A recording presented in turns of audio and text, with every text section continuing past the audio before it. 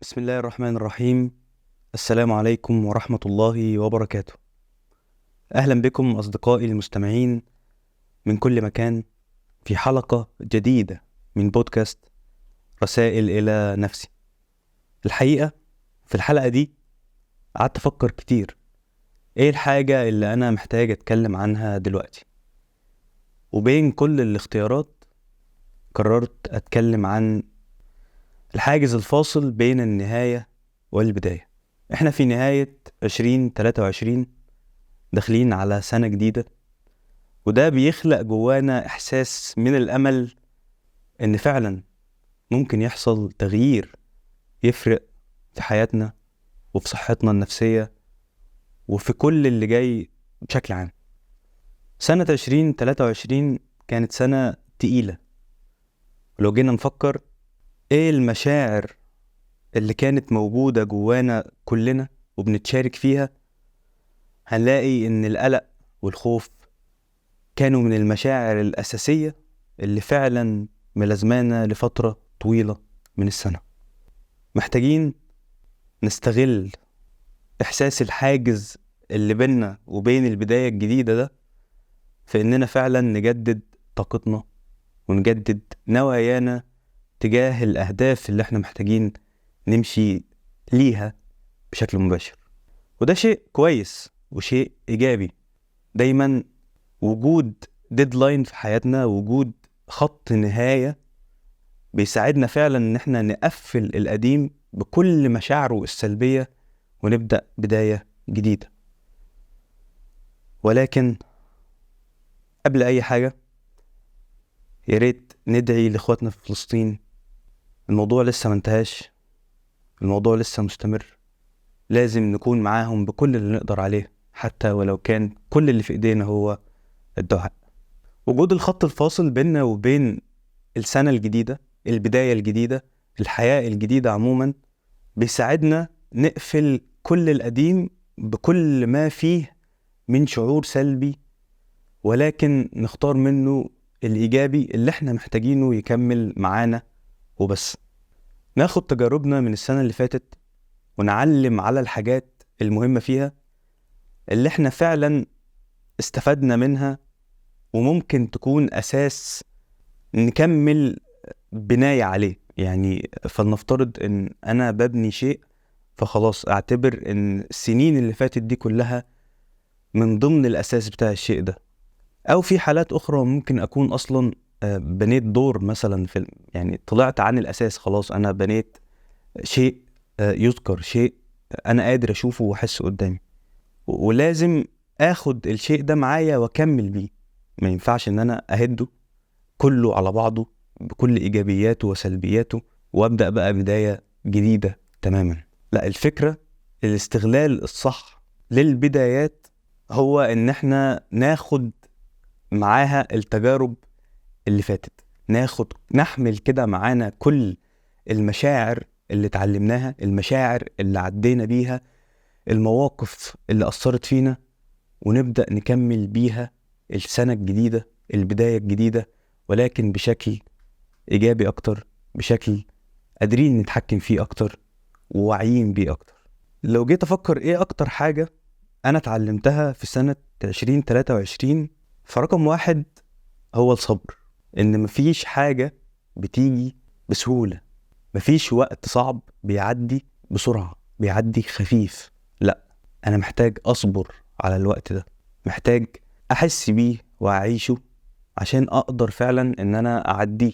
لو بسعى في اتجاه معين ما ينفعش أكون مستعجل على النتيجة بتاعته، لازم أكمل وأواصل في السعي بتاعي مهما كانت النتيجة مش واضحة ومش ظاهرة قدامي دلوقتي. ده رقم واحد، الصبر. اتعلمت برضو إن مفيش حاجة اسمها الوقت اتأخر. It's never too late.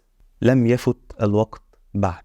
دايما بيكون عندنا الفرصة وعندنا المساحة للتغيير، سواء التغيير ده هيكون في طباع موجودة جوانا في شخصياتنا عاوزين نغيرها، عاوزين نسيبها في السنة القديمة ونبدأ السنة الجديدة من غيرها. وهي دي النقطة الإيجابية تحديدا في الفصلة كده اللي موجودة بين البدايات والنهايات. ان انا اقدر اسيب الحاجة واكمل، اسيب الحاجة السلبية اللي انا مش محتاجها واكمل ادخل على السنة الجديدة من غيرها. فما فيش وقت متأخر. مهما كنت مشيت في الطريق السيء اللي انا مش عاوزه ده مثلا، انا مش متأخر.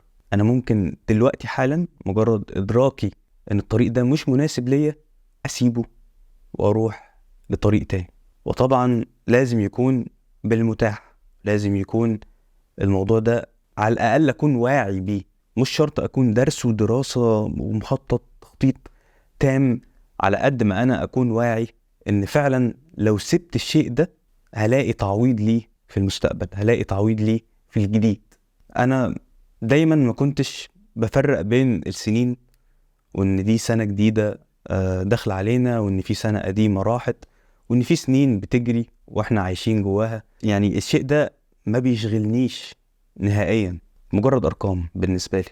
ولكن لما فكرت في الهايلايتس الإيجابية اللي موجودة، أو في النقاط الواضحة الإيجابية اللي ممكن أطلع بيها من السنة لسنة جديدة، من الشيء لشيء آخر، فهي نقطة تجديد النوايا وتجديد النشاط والطاقة.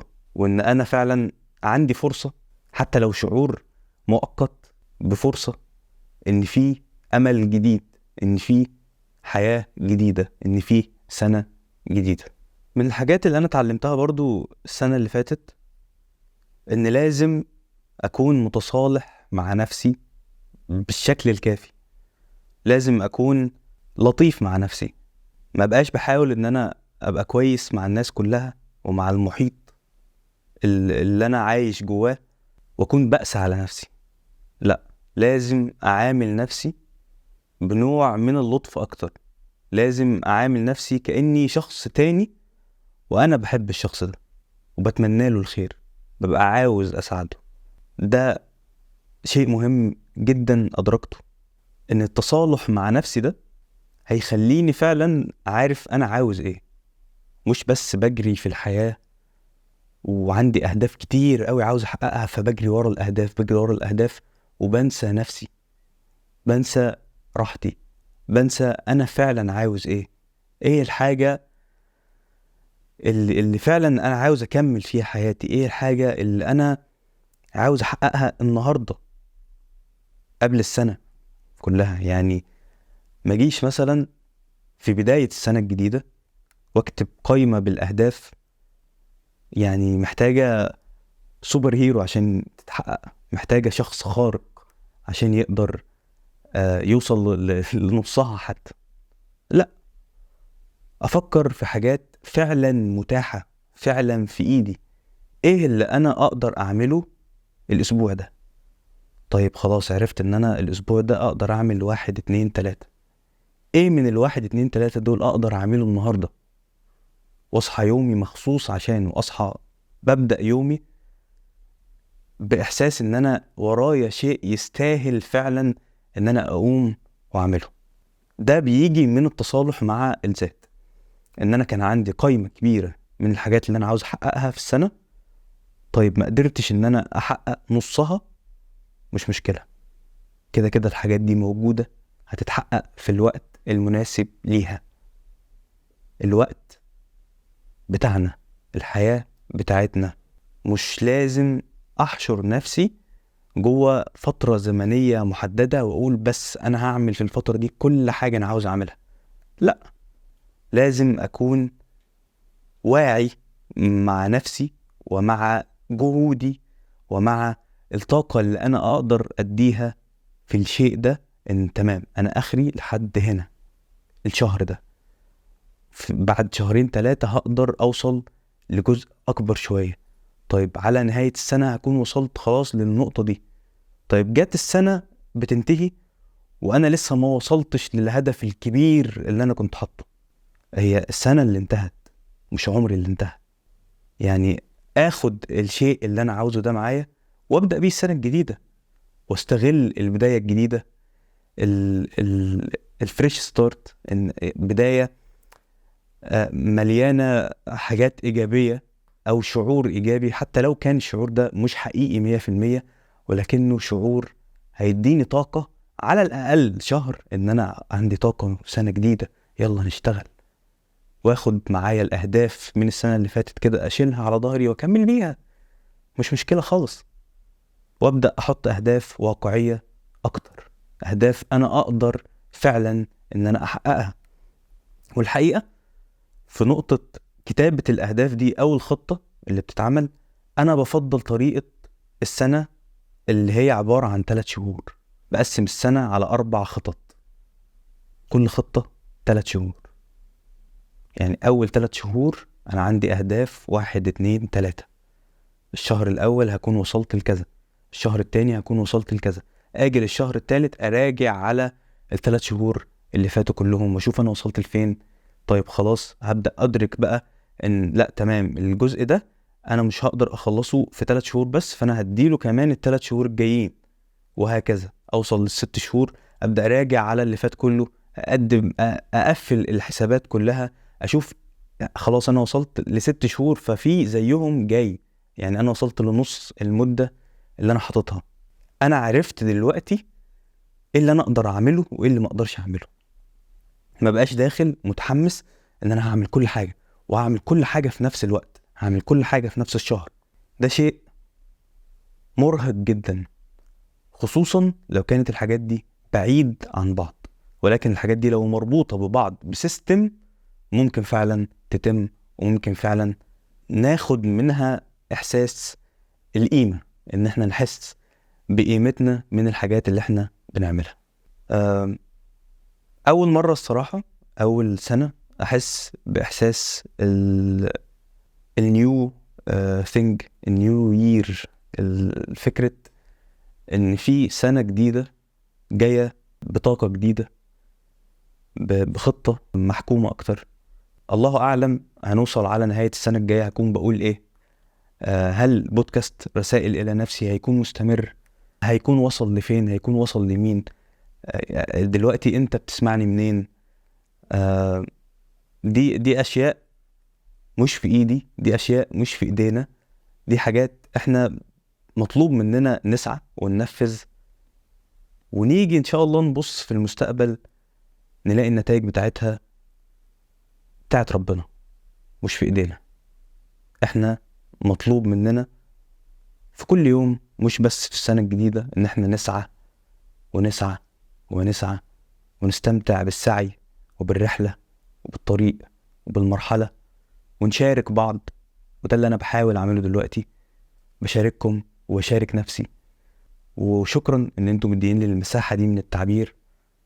والحقيقة أنا لازم أشكركم على ردود الأفعال على الحلقة اللي فاتت، حلقة الثقة بالنفس.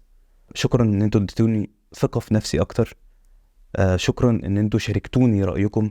والحقيقة مبسوط إن أنا كسبت ناس جديدة من أماكن مختلفة، من السعودية والجزائر والمغرب والعراق. ولو أنت بتسمعني من أي مكان تاني ياريت تعرفني، أنا هكون سعيد جدا بمشاركتك ليا. وبس بتمنى السنة الجديدة تكون خفيفة علينا، بتمنى تكون أهدى، بتمنى إخواتنا في فلسطين يرتاحوا أكتر، بتمنى نوصل لحلول فعلا نشوفها قدامنا ونحس بيها أكتر، وبتمنى نلاقي نفسنا ونحقق ذاتنا ونوصل